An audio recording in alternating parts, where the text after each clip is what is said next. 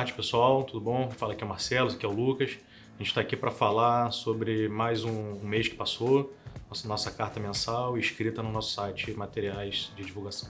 O mês de fevereiro foi um mês que as bolsas, não só no Brasil como no mundo, tiveram um destaque muito negativo, principalmente na última semana. E aí vale aqui comentar como é que a gente procedeu ao longo do mês e como é que a gente vem fazendo na carteira já há 3 meses, tá? Então, naquele movimento de concentração nas empresas que a gente mais conhece e acredita mais na qualidade do modelo de negócio, continuou sendo feito, tá? E mais para frente o Lucas vai explicar um pouco como é que isso foi feito na parte do bloco de atividade. Eu vou falar em breve sobre o nosso bloco de commodities, como é que a gente se comportou, tá? Então, só voltando um pouco atrás, a gente no início do ano, aliás, desde dezembro, a gente vem construindo a cabeça para o que vai ser o ano, tá? E em dezembro, ali em janeiro, a gente estava até um pouco mais animado com a atividade brasileira, com o nosso PIB, mas de dezembro, janeiro para cá, isso mudou bastante, tá? Então, aquele otimismo muito forte em relação a um crescimento destacado em 2020 em relação a 2019, parece que não vai se dar bem assim. De repente vai ter um ano, tá mais para ser um ano mais próximo de 2019, tá? Esse ano 2020, um crescimento medíocre, digamos assim, não tão satisfatório e com mais, possivelmente, com mais queda de juros. E por que isso se deu? Acho que tem dois motivos básicos que levaram a gente a visualizar esse cenário com um pouco mais de clareza, né?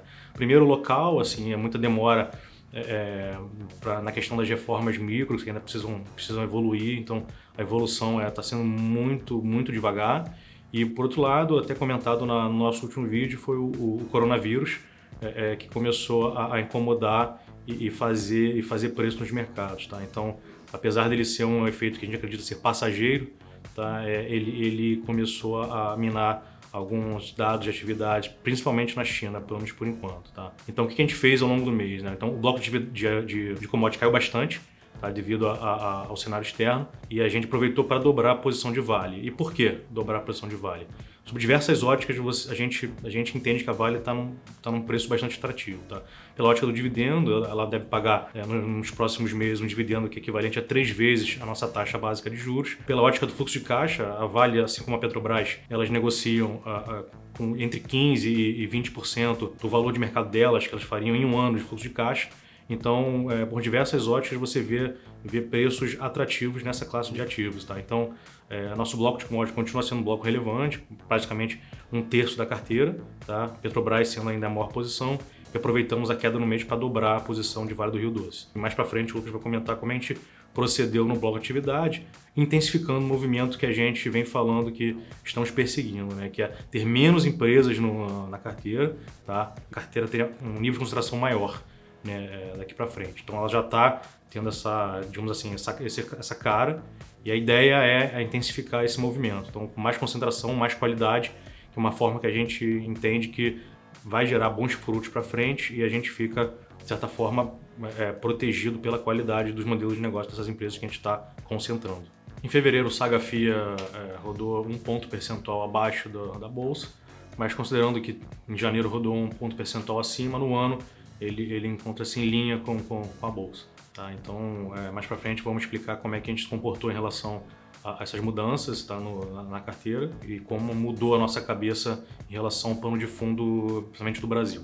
Bom, a gente já vem comentando nos nossos últimos comunicados aí a nossa dificuldade de lidar com valuation, com o nível de preço que alguns setores ligados à dinâmica interna aqui na Bolsa começaram a atingir. Então, principalmente na parte de consumo discricionário, no setor imobiliário, as construtoras, a gente já vem tendo há meses dificuldade de lidar com os níveis de preço. A gente viu uma correção agora, só que assim, a gente viu uma correção juntamente com uma revisão de PIB, então a gente continua vendo com dificuldades de setores, a gente continua exposto na parte de atividade doméstica, ao nosso ver, a setores correlatos. Então, por exemplo, na parte de saúde, a gente mantém uma exposição em Apivida que a gente acredita que nesse momento seja mais interessante ter, no momento de PIB um pouco mais fraco. Então, a Apivida que vem num trend secular, numa questão estrutural mais forte nesse momento, a gente vê como mais interessante. Locação de veículo, por exemplo, que é uma exposição que a gente carrega há um certo tempo, tem certa descorrelação com uma atividade um pouco mais fraca, quer dizer, tem a sua ligação com o PIB, mas vem crescendo a taxas bastante agressivas já há bastante tempo, e isso não tende a afetar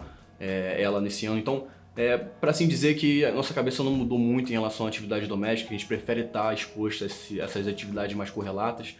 O grupo não mudou muito a sua composição, o que mudou, adicionando aí o que o Marcelo falou na parte de commodities, foi também na parte de bond proxy. A gente aproveitou essa correção dos mercados para aumentar a nossa exposição em duas empresas que a gente acredita muito, que trouxeram bons retornos para o fundo no ano passado e que a gente acredita que vão continuar trazendo bons retornos daqui para frente, né, que é a Rumo e a BR Properties. A Rumo, ela vem tendo uma correção aí de dezembro para cá, ela acabou acompanhando um pouco a queda dos mercados também por uma questão de visão em relação à safra. A gente vem tendo uma safra um pouco mais atrasada nesse momento, volumes um pouco mais fracos em dezembro, talvez no primeiro tri também a gente veja volumes também mais fracos, mas isso não muda nada em relação à nossa visão estrutural para a empresa, assim, na parte de produção e exportação de grãos cada vez maiores, principalmente na região onde ela atua, como Mato Grosso, nos próximos anos, nas próximas décadas talvez. Então, a Rumo, essas flutuações pontuais, assim, a gente acredita até que sejam oportunidades para a gente aumentar. E a gente vê até semelhanças com o movimento que aconteceu no ano passado.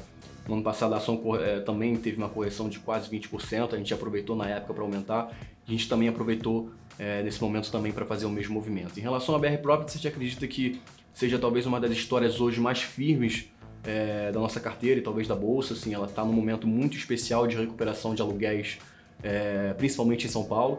E no Rio, ela, embora esse movimento de recuperação de aluguéis ainda esteja um pouco mais para frente, ela segue exposta talvez nos 3 principais ativos, nos melhores ativos aqui da cidade. Então, a gente aproveitou esse momento para aumentar a nossa exposição nessas duas empresas que a gente já vinha tendo com uma exposição. Então, a carteira ela ficou um pouco mais concentrada, como o Marcelo falou. A gente fica confortável nessas histórias que a gente conhece muito bem, que a gente vem acompanhando. Então, em relação às mudanças, é isso que aconteceu. Bom, pessoal, muito obrigado pela atenção em mais um vídeo mensal. Lembrando que o nosso material escrito está no nosso site. Acompanhe a gente aqui na rede social, no nosso canal para os próximos vídeos e muito obrigado. Até logo.